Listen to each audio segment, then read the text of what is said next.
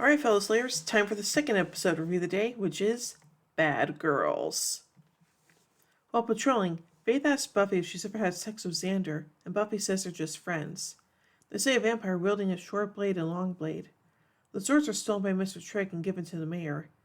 The mayor discusses his next plans, which include a dedication.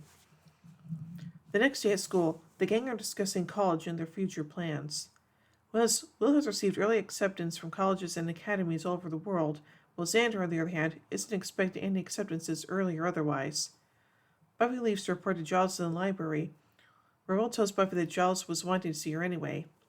Inside, Giles is in the company of Wesley Wyndham Price, Buffy and Faith's new watcher, and it's obvious that the man is stuffy, pompous, and full of himself. Buffy reminds him that the last watcher who turned up was evil, but Wesley assures her that, unlike Mrs. Post, his credentials have been checked by Giles, although Buffy is still extremely unimpressed by him. She tells the two about the vampire that was bearing swords, and Wesley recognizes as being him from the El Illuminati, a vampire cult who worshipped the demon Balthazar before he was killed. Now Wesley believes the vampire is looking for Balthazar's amulet, which was reported to give him strength, so orders Buffy to get the amulet from the crypt from which it was buried. Buffy does enjoy being given orders.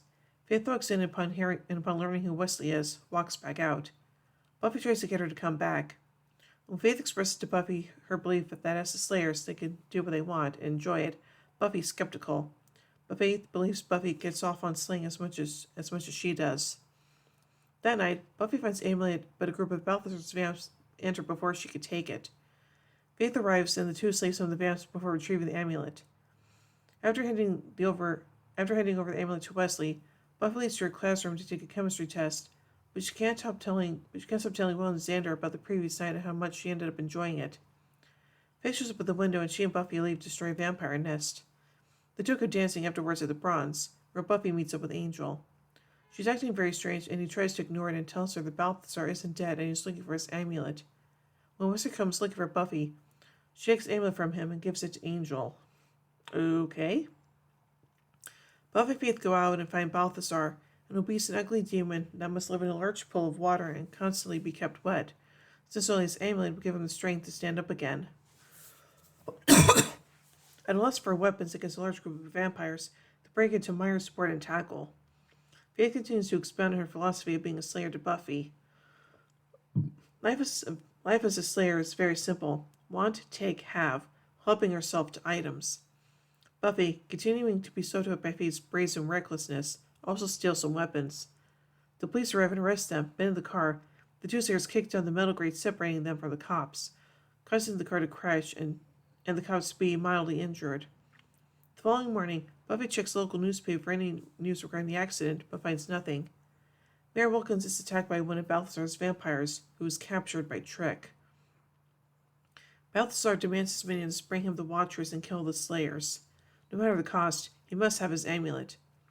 The enemy who crippled him is about to gain ultimate power, and he refuses to let this come to pass. Will presents Buffy with a protection spell and is ready to go slaying that night, but Buffy tells her that it's too dangerous and that she's going with Faith instead. This leaves Willow feeling hurt. The two run into several vampires and stake them.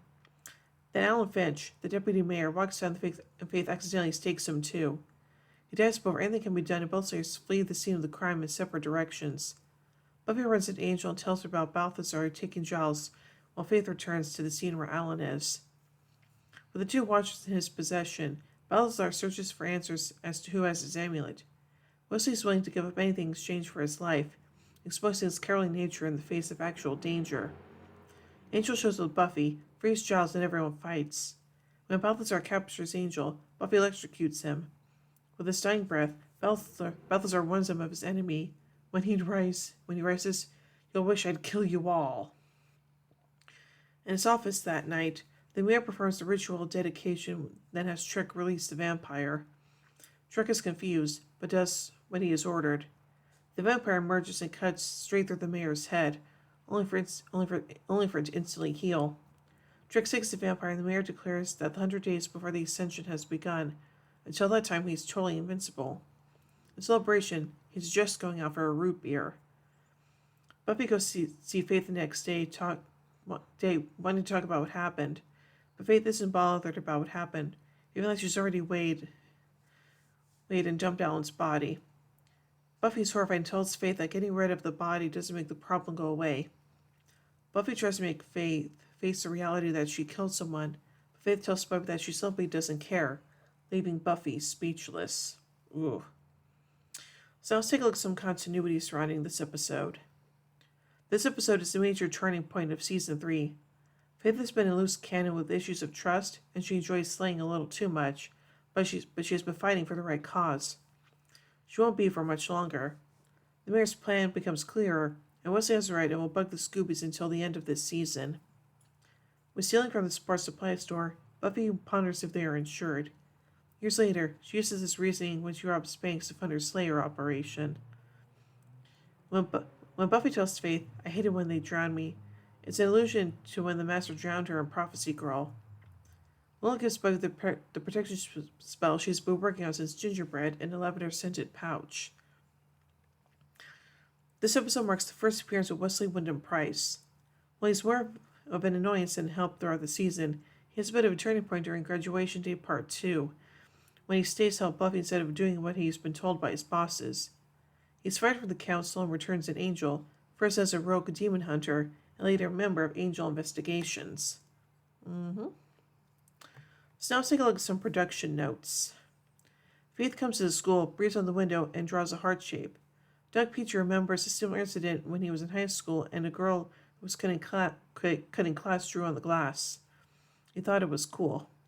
Faith's "want take half" philosophy was based on something Peach's friend's sister used to say. Balthazar has a resemblance to the highly obese vampire from the 1998 Blade film. And now let's take a look at some pop culture references. Also, is a t-shirt of the English punk band Eater. Wilkins praises the comic strip The Family Circus, mentioning its youngest character, PJ. Shrek praises comic strip Marmaduke and its title character. Finch praises the comic strip Kathy. Faith mentions Tupperware parties, a marketing method in which Tupperware products are sold in a social gathering.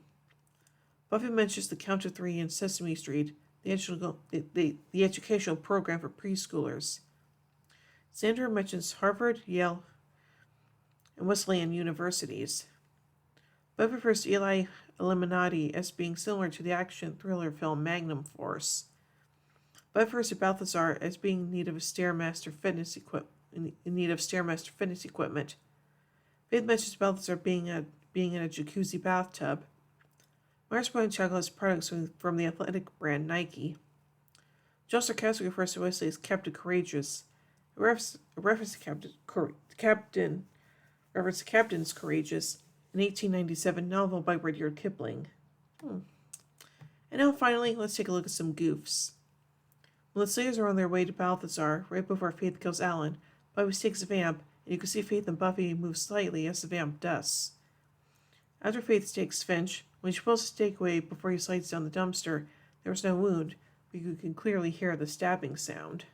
So overall, I think this episode, it's definitely a big turning point in the series, so yeah.